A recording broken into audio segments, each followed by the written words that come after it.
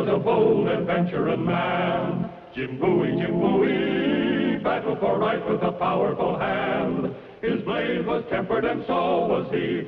Indestructible steel was he. Jim Bowie, he was a fighter, a fearless and mighty adventuring man.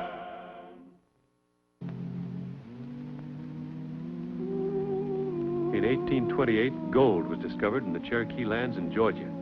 In the next couple of years, I heard some vague talk about it, but I was busy in New Orleans, and getting mixed up in a gold rush was the furthest thing from the mind of yours truly, Jim Bowie. As a matter of fact, the night I did get involved in it, I was on the porch of my hotel waiting for a lady. Good evening, Cherry. Let's go in the lobby. No, Jim. Over here. Huh? Thank heaven you got my note. Wow, the secrecy. The police on your track again? No, it's worse than that. Listen carefully. And don't think I've gone loco. All right, I'll listen. Several days ago, 2 men came to my place and reserved one of my private rooms. Said they wanted to have a quiet little card game. Yeah? They stayed about an hour. After they left, I went in. They hadn't even broken the cards open. Tonight, they came back again. I went into the next room and put my ear to the door. Well, go on. What'd you hear? Jim, they're plotting to kill President Jackson. You just got to get to him and warn him. All the way to Washington? No, Tennessee. A place like Hermie something? The Hermitage. That's Jackson's home just outside of Nashville. They said he'd be there for a powwow about the Indians. What do they look like, these 2 men? One had kind of light curly hair, and the other was heavier. They give any reason why they wanted to kill Jackson? And nothing that made sense to me. Doesn't make much sense to me, either. Jim, they hate him. They're leaving the day after tomorrow. You've just got to get to him in time. Look, you want me to ride clear to Nashville on a cock and bull story like this? You must think I'm local. Jim, it's true. No, Cherry, come on. You go back to your gambling rooms, fix yourself a good stiff drink. Come on now.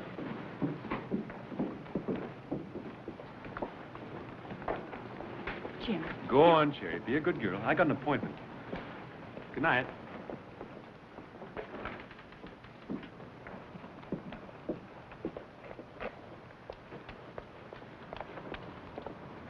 All right, gents.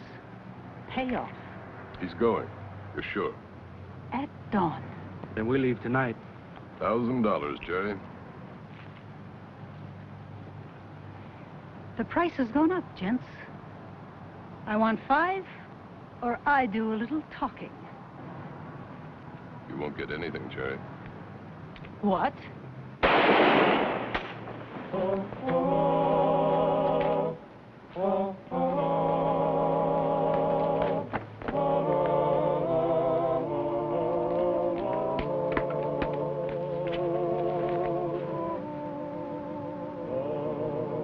Cherry Blondell.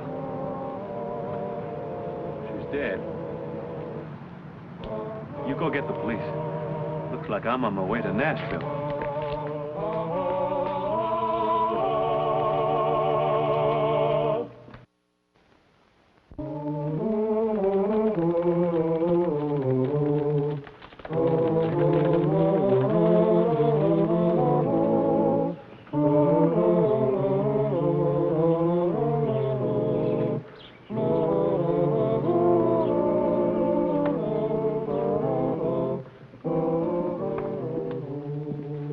Why do we have to wait for Bowie? What if he doesn't stop here? Where else can he stop on this part of the Natchez Trace? He'll be on his guard. He won't believe me. It's the truth, isn't it? You are half Cherokee. You have been treated like a dog. He'll believe you. It's a waste of time. I want to kill that Indian hater in the White House in a hurry. You couldn't get past the gate. But with Bowie to pave the way, you'll walk right in. Straight up to your great white father. Jethro, we hate Jackson just as much as you do. You think we enjoy having our plantations taken away from us by his tariffs? You talk about dollars and cents. I'm talking about what he's doing to the whole Cherokee nation. Moving them to Arkansas. Things would be different with Calhoun in the White House. All right, it's coming. It's Bowie. Downstairs.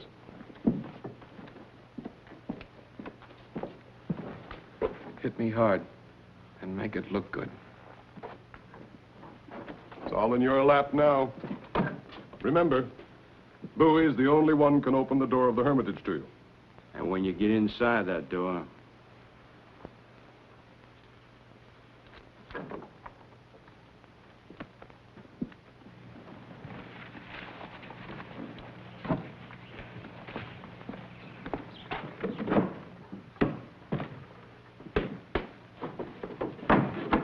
Howdy, landlord. Howdy. Ale. Draw one for me. No, you don't. That's Jethro Pumphrey. So? The son of old Josiah Pumphrey. Married himself a Cherokee squaw.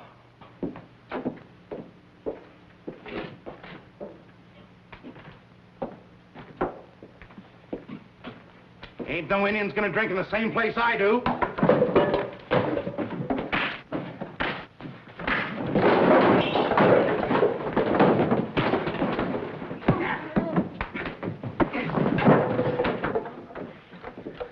Dirty, stinking half-breed!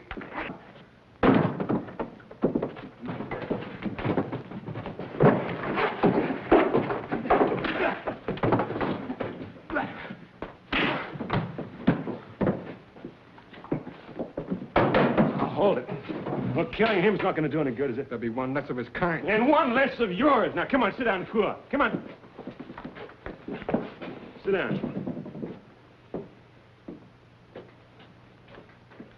Landlord, bring Mr. Pumphrey another ale. You better get him out of here. Yes, sir. My name's Jim Bowie. I'm from Opelousas. You want to shake hands with a dirty half-breed? I got nothing against a clean one.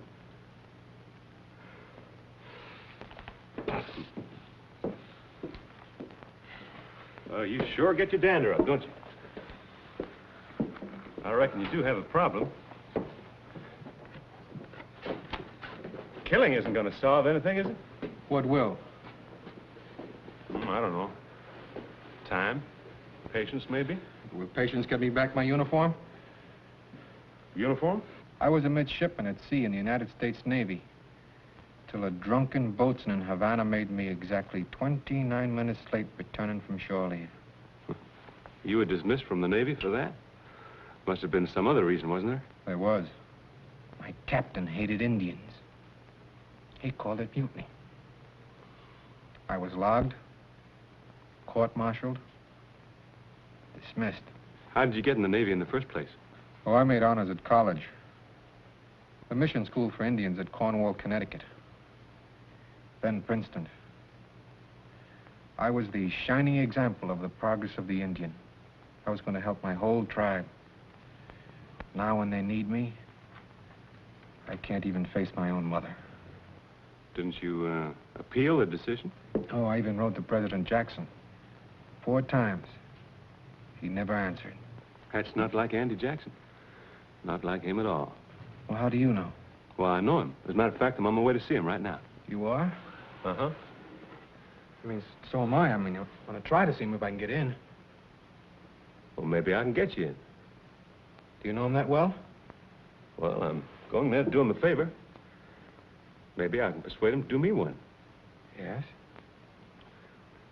I've heard a rumor that there's a plan afoot to assassinate him. I'm on my way to warn him right now. Assassinate him? Who? I don't know who or why. Would you be ready to leave right now? Anytime you say. Come on, then, let's go.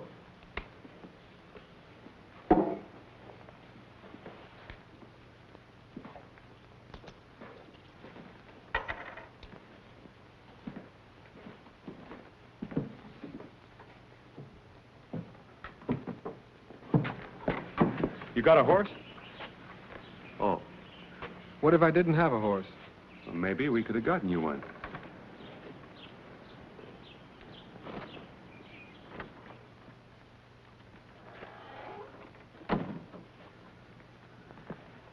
They're leaving.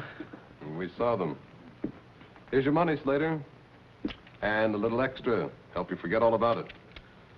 Oh, I'm very forgetful. As a matter of fact, I forgot to tell you, gentlemen, I was down in Georgia myself last month. A place called the Dahlonega. You know, where them Cherokees struck gold. Gold? Yeah. And it sure got my hackles up seeing them red savages take all that money out of the ground.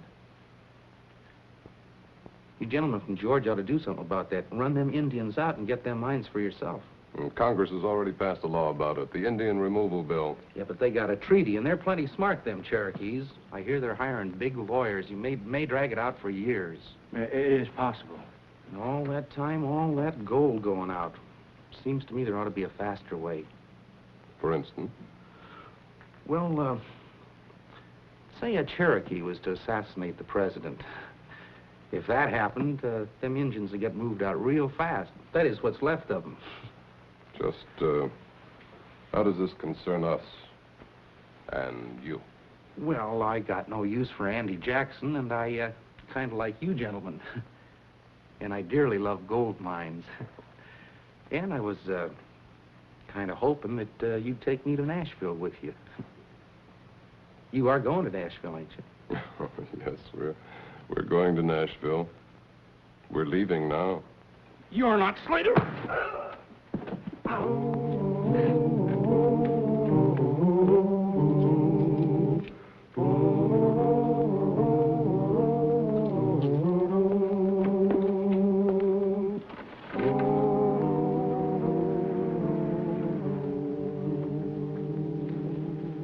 $14 for you, Mr. Bowie. And $16 for you, Mr. Pumper. Has President Jackson arrived at the Hermitage yet? Yesterday, sir. The whole town's excited. I'll bet it is. Thank you. Jethro, you going up to your room, get changed and washed. I'll go see when we can get an appointment. All right.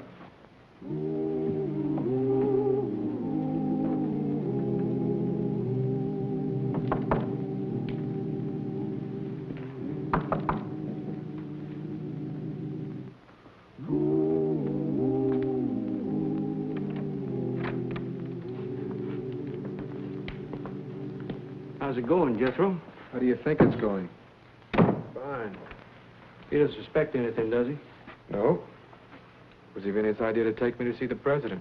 Just like we figured. Listen, Marlowe. I can get to Jackson by myself. Why do we have to use Bowie? You're using Bowie to get justice for your tribe, aren't you? You're not asking him to pull the trigger, are you? But I don't need him. Look, Jethro.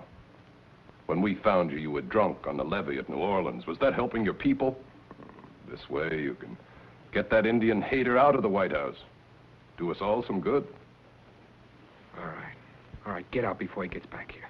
I'll come back to town after you're through. We'll find you and help you get away. There won't be any afterwards for me. You have a gun, you know what to do. What if I don't get a chance to use it? Come back here. We'll start over. And one shot's all you're going to get. Don't forget that. One shot's all I'll need.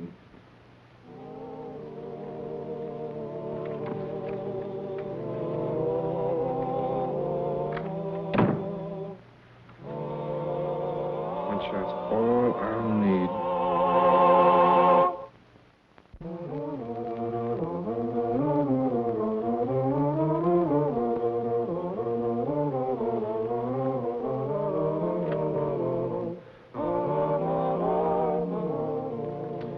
That's the late Mrs. Jackson. She died in this house just before he took office. The president will see you gentlemen now. Thank you. I'll go in first.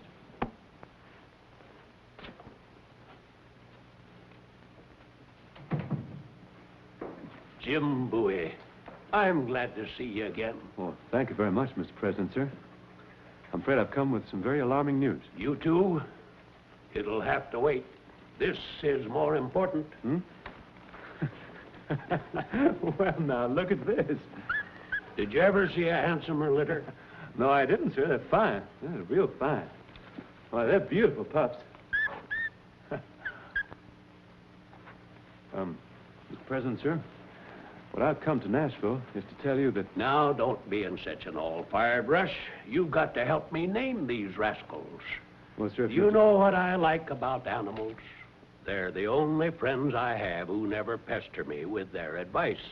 Well, this isn't advice, Mr. President, sir. This is a warning.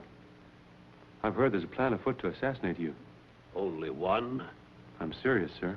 A woman was shot to death in New Orleans just for trying to tell me this. I'm sorry to hear that. Thank you, sir. It was Monday night. There's a woman I know in New Orleans who runs a gambling house there. She came along. They've been laughing. They mostly do. When Mr. Bowie comes, it's powerful good for the president's spirits. You may go in now, sir.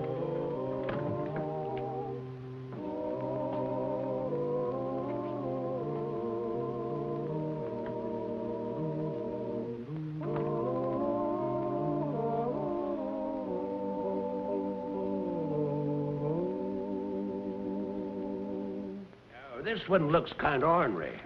Who are we going to name him after? Well, how about Sam Houston?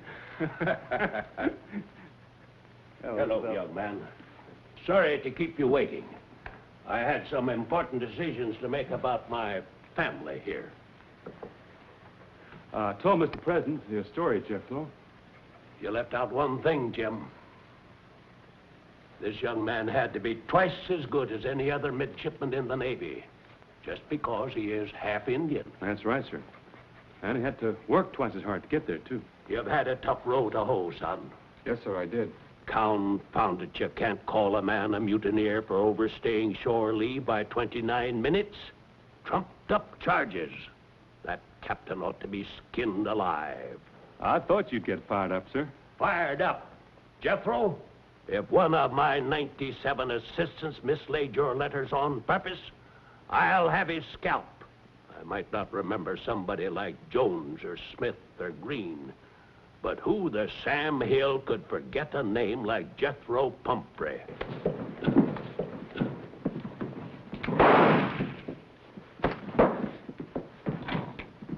I couldn't do it. I couldn't do it. Dirty polecat. You kill the president, would you? I wanted to, but I couldn't do it. You were part of the plot. The whole fight back there on the trace was a raise, wasn't it? Jim. You used me. You duped Let me him to go. bring you here just so you could shoot the president. I said let him go. Sir, if I'd have been responsible for your death. But I'm not dead. And what I want to know is why. Was it because I didn't answer your letters? Letters I never got? Well? Jim, let him alone. It wasn't I who kicked you out of the Navy, Jethro. No, but you're kicking my people out of Georgia. The whole Cherokee nation. You're an Indian hater, Mr. Jackson. That's why I wanted to kill you. What made you change your mind, boy? Why didn't you shoot me? I saw you playing with those bird dog pups. He wanted to buy me a horse. Things just weren't the way I thought they would be. I just couldn't. This Indian hater business. Because I sponsored the Indian removal bill, was that it? Yes. You broke your promise, Mr. Jackson. The Cherokees had a treaty with the federal government. You helped make it. Now you want to break it. I have to break it, Jethro. Why, sir? The Cherokees made one mistake, Jim, but it was a dandy. They struck gold. Gold? The Cherokee struck gold? How long since you been home? 3 years. Where are the mines? At Dahlonega? It's $1 million strike. The Cherokees have to go, boy, like all the eastern tribes. Go or be wiped out. So that's what they were after. Oh, I've been such a fool, Mr. Jackson. That's what who was after? Those planters in New Orleans. Who are they? Marlowe and Frost. From Georgia. Where are they now? Here in Nashville. I don't know. You must know where they are. Come on, if you don't tell us... Wait, Jim, I believe him. If they're smart enough to hatch out a plot like this, they'll stay out of sight. Maybe we can smoke them out. In the meantime, what's to be done with him? Sent to town for the sheriff, sir. Yes, I suppose so.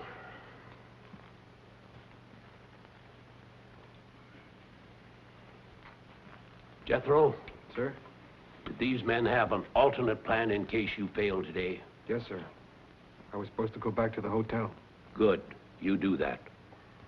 Well, you can't mean that, sir. You're not going to let him walk out of here. Isn't that for me to decide? I'm the target. Yeah, but you can't trust him. Put yourself in his place. He got an education to help his people. Now when they're in trouble, he's in disgrace.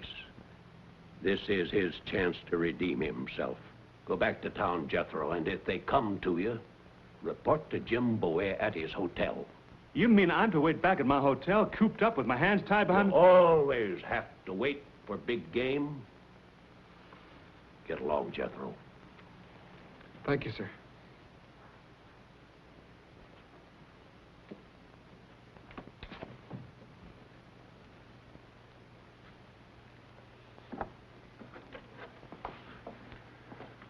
I'm telling you, sir, we'll never get sight nor smell of him again. Or those two planters.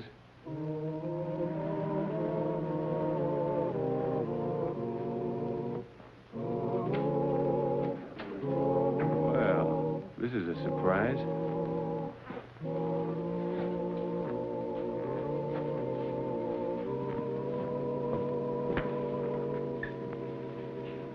What happened? They came for me in a carriage. We talked. They just brought me back. Well? There's a new plan. They know he puts flowers on his wife's grave every morning. That's the way they would do it. I'm the one that's supposed to do it. Tomorrow morning. Why would they give you another chance? I told them I didn't get close enough today to risk a shot. You're going alone? No. They're going with me. But I'll make sure nothing happens to Mr. Jackson. I wish I could trust you. The president does. And you have no choice, Mr. Bowie. All right, you go to your room and wait there.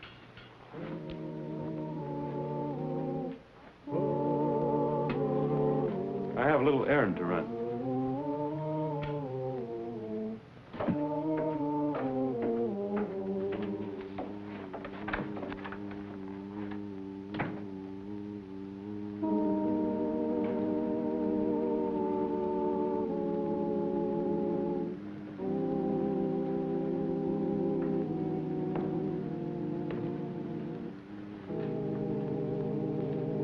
Now, go ahead and shoot. He's not close enough. Shoot her, I will.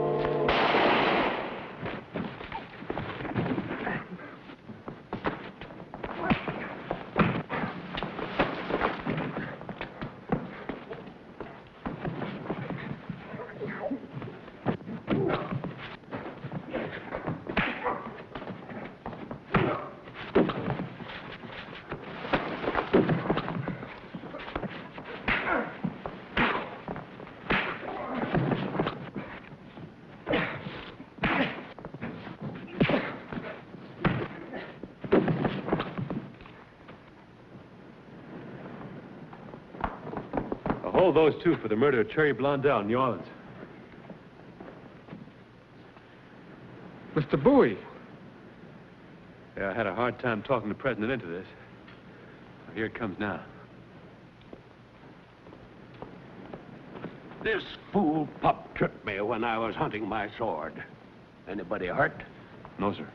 I'm mighty grateful to both of you. But there is one more favor I want to ask. They're starting to write books about me, but this is one chapter I don't want in any of them. Understand? Yes, sir. Yes, sir.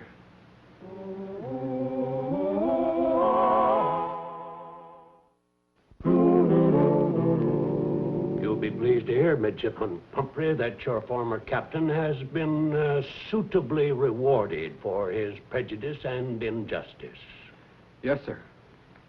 Now, this is your first assignment. Go back to your people and tell them why they should go west. You can go now with your head high, in your country's uniform, and they'll listen to you as they should. Thank you, Mr. President. You heading back south, Jim? Oh, yes, sir. Unless you think you're going to need a bodyguard. Now, quit fussing over me. I've got the best protection in the world right here. Jim Bowie, Jr. And here's the star of our show, Scott Forbes. Hello. Hope you enjoyed tonight's show. And that you'll be with us next week for another adventure in the exciting life of Jim Bowie. He fought for the rights of man, Jim Bowie, he was a bold adventuring man. Jim Bowie, battled for right with a powerful hand. His blade was tempered and so was he. Indestructible steel was he. Jim Bowie, he was a fighter, a fearless and mighty adventuring man.